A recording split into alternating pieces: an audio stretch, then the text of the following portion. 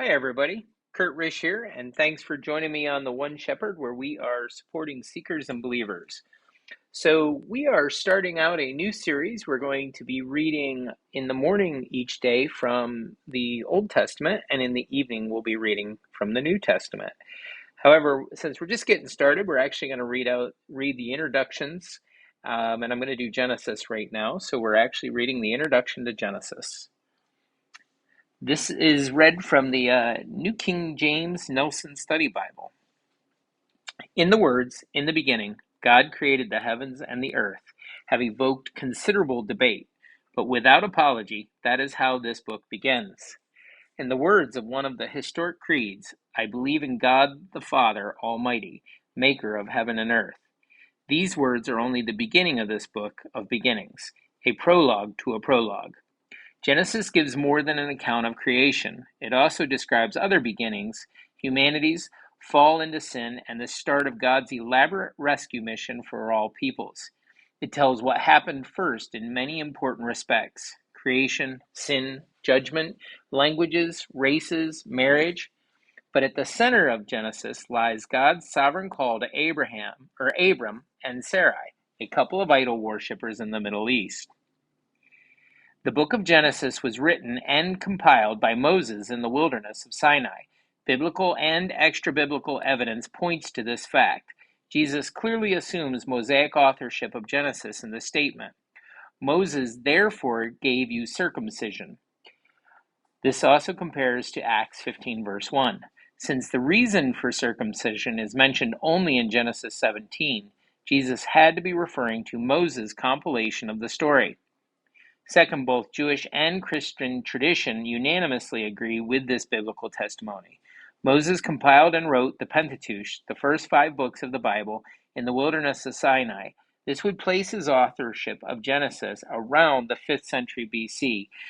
Guys, I'm going to add a little insert here. There's actually, since this was published, there has been more historical evidence discovered. It actually pushes the date back a little further, as well as gives ample evidence that the Hebrew language existed much earlier. Many scholars since the 19th century have denied Moses' authorship of Genesis. Instead, some of these scholars have suggested that the Pentateuch, including Genesis, was compiled at a later date, perhaps in the 6th century BC. According to the analysis, anonymous editors used at least 4 documents to piece together the Pentateuch.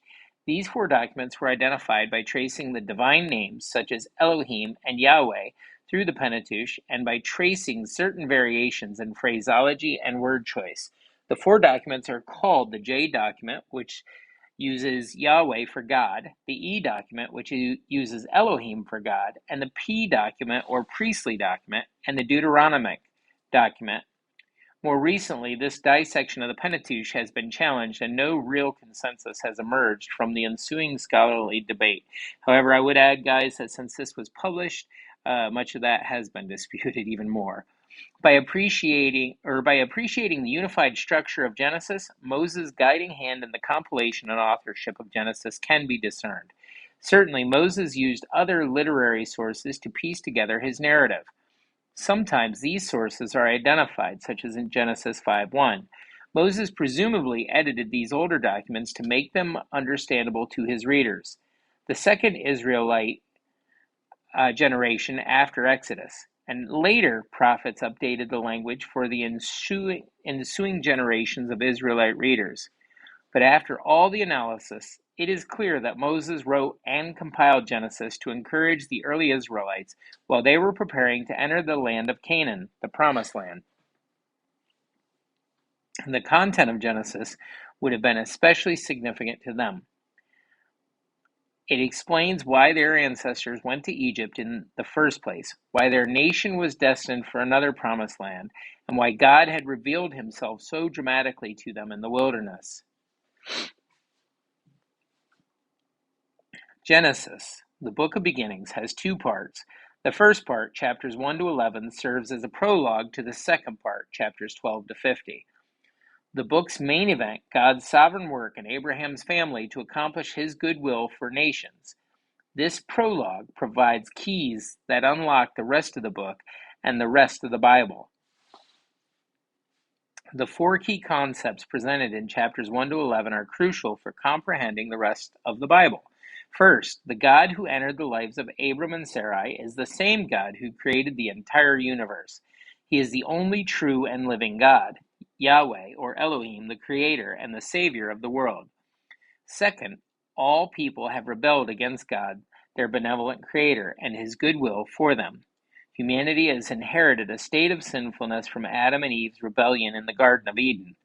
Third, God judges and will judge the actions of all people. God, by sending the flood, made it clear to Noah and to everyone that human wickedness is entirely unacceptable. God cannot let evil reign free in his creation. Fourth, sin continues to plague all humanity even after the flood. Although the flood did not wash away sin, God, as the second half of Genesis reveals, has a plan to save humanity from its own evil deeds. The first part of Genesis provides the setting for the story of Abram and Sarai. Their world is populated by a broad spectrum of people groups, each with its own language, customs, values, and beliefs, and all have adopted their own imaginary gods. The main story of Genesis, God's plan to bless all nations through Abraham's descendants, starts in chapter 12. It begins with God's call to Abraham and Sarah, to become the parents of a new people, a new nation. This new nation would become God's tool for blessing all peoples. Even though Abram and Sarai were merely an elderly couple with the means to travel, God chose to begin his plan of redemption for the entire world with them. The description of their experiences demonstrates the eruption, that is, the breaking into from without, of God's blessing into their lives. Central to God's blessing was his covenant with Abraham, the Abrahamic covenant, which we see in Genesis chapter 12, verses 1 to 3, and Genesis chapter 15, verses 1 to 21. God, the awesome creator of the entire universe, freely chose to make everlasting promises to Abraham and his descendants. These promises in the Abrahamic covenant were the foundation for all of God's subsequent promises and covenants in the Bible. Genesis is not merely a beginning, it provides the foundation for the rest of the biblical narrative. According to the New Testament, Adam is a type of him who was to come. Romans chapter 5, verse 14. In other words, Adam's life in some ways points vividly to Jesus, considering that both individuals entered the world through a special act of God as sinless men. But while Adam is the head of old creation, Christ is the head of new creation. Melchizedek, whose name literally means king of righteousness, is a strange and shadowy figure who suddenly appears in Genesis chapter 14. He is the king of Salem, which means peace. The Bible calls him the priest of God Most High. Some scholars believe that this one who was, in the words of the Hebrews 7:3, made like the Son of God, was in fact Christ himself. Christ, after all, is known as the Prince of Peace, Isaiah 9:6. Joseph's character and experiences in chapters 39 to 50 foreshadow the coming of the Messiah. In both Joseph and Christ are objects of special love by their fathers, hated by their brothers, rejected as rulers over their brothers, conspired against and sold for silver, condemned though innocent and raised from humiliation to glory by the power of God. And then, as you can see here, guys, these are just some of the estimated dates for various events and people, and then a quick outline of Genesis. Guys, that's it for the reading of our introduction to Genesis.